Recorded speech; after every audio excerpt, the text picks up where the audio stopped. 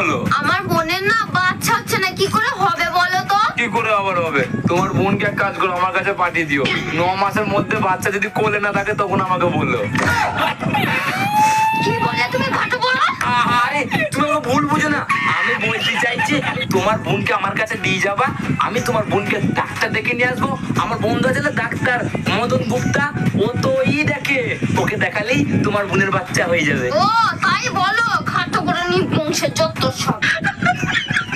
আর তো বেশি নিয়ে 1 2 3 4টি আছে।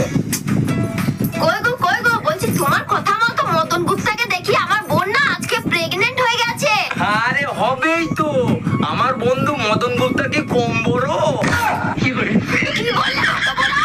আরে আরে তুমি আমাকে ভুল ভাবছো, আমি বলতে চাইছি আমার বন্ধু মদন গুপ্তার মনটা অনেক